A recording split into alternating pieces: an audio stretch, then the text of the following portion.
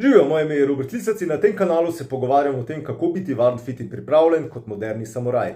In danes se bomo pogovarjali o taktičnih kulijih. Informativno, se razume. Ampak preden se začnemo pogovarjati o tem, kaj sploh taktični kuli je, kako ga uporabljati, kako nositi in tako naprej, naj vas opozorim, da je na vas, da se pozanimate o slovenski zakonodaji, ker ste državljani Slovenije ali pa če živite pač tukaj, kdaj, če sploh lahko uporabljamo te taktične kulije. Tako da, to je vaša naloga. Kljub temu pa seveda taktični kuliji obstajajo in če se sprašujete, zakaj tukaj sploh gre, bomo danes pregovorili o tem, kako je z vsem tem. Torej, zakaj je to taktični kuli, ne pa navaden kuli? Glavna razlika med taktičnim in navadnim kulijem je ta, da je taktični kuli narejen zelo iz trpežnih materialov, tale pa ni. Če to uporabljam v praksi, torej v samobrambnih situacijah, bo tale obstal, tale pa se mi lahko razleti in poškoduje mene namesto nasprotnika v samobrambnih situacijah. Torej, kako ga načeloma lahko uporabljamo? V bistvu lahko cepite svoj borilni šport, oziroma tako bom povedal. Tole reč lahko cepite na vaš borilni šport ali pa borilno veščino. Torej, lahko ga uporabljate čisto po boksersko, ali pa po karatejsko, ali pa po vseeno kako. Važno je, čisto grobo rečeno, imate dva prijema, lahko ga primete takole in bolj zabadate za to zadevo. Drug prijem je pa bolj takole. Pomembno je, da date palec tule sem, da če pride do trde reči, da vam ne zdrkne skozi. Zakaj so sploh to taktični kuliji? Taktični kuliji so to zaradi tega, ker Američani so zelo dobri v marketingu in v prodaji in seveda, če želiš prodati en kulij za 10, 20, 30, 40 ali pa 100 evrov, ne samo za 1 evro ali pa 2, daš kulijo ime taktični kuli. In pri Američanih je vse taktično. Torej, pri njih obstajajo taktične hlače, taktični nahrbtniki. Vse, kar je taktično, stane seveda več. In mi, moderni samuraji, smo nori na taktične zadeve in zato taktično zapravimo za te stvari tudi več denarja. Zdaj, nekaj točk, na kaj morate gledati oziroma kaj bi storil drugače, če bi zdaj nabavljal novega. Kot prvo bi se odločil, da bi tole reč premaknil više gor. To pomeni, da ko si dam taktični kuli v žep, mi tale del štrli ven. Kar se mi ne zdi dobro, ker je potem pač viden. Raje bi imel, da tole zadevo, torej da nabavim naslednjič takšen taktični kuli, ki ima to bistveno više gor. Torej čist tukaj, tako da celotna reč več ali manj izgine v žepu.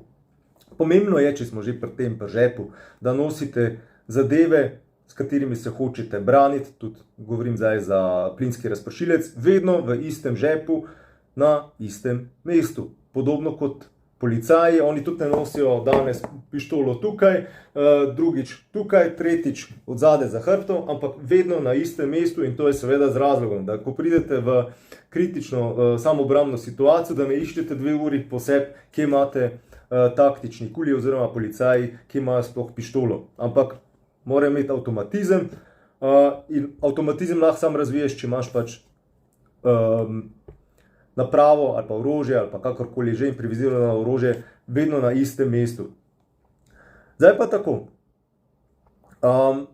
Tukaj vidite, da ima ta taktični kuli cel kup enih pripomočkov. Eno od njih je tale nožek, ki je skrit tukaj noter v tem delu in sicer se mi zdi to smiselno zame, glede na to, da sem prevoznik gotovine. Če se kdaj zaletim, zgodi prometna nesreča in se ne bi mogel rešiti pasu, lahko s tem nožkom prerežem tale varnostni pas. Potem imate tukaj tudi lučko. Evo, takle. Lučka prav pride, zaradi tega, ker dostikrat nam pade kak mobitel med v avtu med sedeže ali pa kakšna druga stvari, med one špranje in potem, če še tema, je tale zadeva kar dobra. Potem branimo se v bistvu za tole konico. Tako sem že omenil, lahko bolj zabadamo, lahko pa tudi pritiskamo. Že s tem, da pritiskamo nekam, lahko proizvedemo dovolj bolečine, da človek odneha in da vidi, da znam ni dober češnje zobat. Ampak gledajte, torej, tule je ta kovinska konica. In zdaj, če taktični kuli, moramo seveda tudi imeti kuli. Kuli je pa tukaj. Potem imamo tule spredaj še, če se ne motim, kresilo. Jaz se s tem nič kaj dosti ne trudim, mislim, probal sem že parkrat te stvari uporabljati, seveda, ampak če lahko prižgem ogenj z vžigalicami ali firezeigom, se pač ne mučil s tem. Evo, to je to, to so taktični kuli. Zdaj, tako kot sem že dejal, dobite jih za 10 dolarjev, evrov, kakorkoli že, se naročijo preko interneta. Odgovornost, tako sem že dejal, kot državljani Slovenije je na vas, če in kako jih boste uporabljali. Potem pomembno je tudi to, da če menite, da je to za samoobrambo, da s temi zadevami tudi vadite. Če ne vadite stvari, bo to težko šlo skozi. Zakaj? Vi se v stresnih situacijah ne boste kar čudežno spomnili, kaj vse lahko s tem počnete, če to niste nikoli vadili. Čist, simple, pimple. To pomeni, vadite stvari s temi stvarmi, torej z taktičnimi kuli, če jih že morate uporabljati ali pa če se odločite, da jih boste uporabljali v okviru, ki smo ga že omenili. Jaz osebno ne pristajam na vadbo s takimi zadevami, ki so res nevarni med samo vadbo, brez ustrezne zaščitne opreme, očala in tako naprej. Zaščitna očala. Hkrati pa rajši uporabim potem recimo eno palico, ki je tako dolga, pa ki ima širšo konico, zato da ne poškodujem svojega partnerja, s katerim treniram. Ker s tem to se mi zdi meni osebno preveč nevarno. To je to.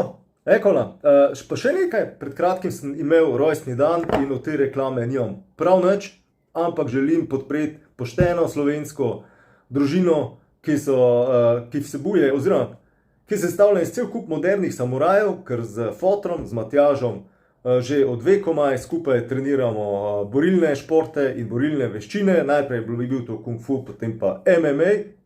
Matjaž je tudi en od očetov MMA-ja v Sloveniji in iz te družine so se odločili, da otroku dajo možnost, ki je zelo nadarjen, govorim zdaj o Niku, glede, bom rekel, vizualnih stvari, da mu dajo priložnost, da se že zdaj uči podjetništva in je mogel narisati cel kup teh majic, oziroma teh grafik, ki so jih natisnili na majice. In če želite podpreti slovensko firmo, slovenskega umetnika, slovenske moderne samuraje, potem pejte na Forever Inspired na Facebooku ali pa tudi na Etsiju, seveda na Etsy shopu. Tako da, jaz sem počaščen, da kot moderni samuraj, da sem dobil takšno majico. In tukaj vidite sicer malo starejšega, ni glih modernega samuraja, ampak to je res cool. Tako sem že rekel, nimam nič od tega, sam želim podpreti dobro slovensko družino, ki ima res dobre namene, na pravilen način vzgajati svoje otroke in pokazati, kaj je realno življenje in na ta način omogočiti slovenskemu umetniku, da prosperira in to v času, ko je še živ, ne šele tako, kot mi Slovenci znamo, šele po smrti, evo, ta je bil pa res cool.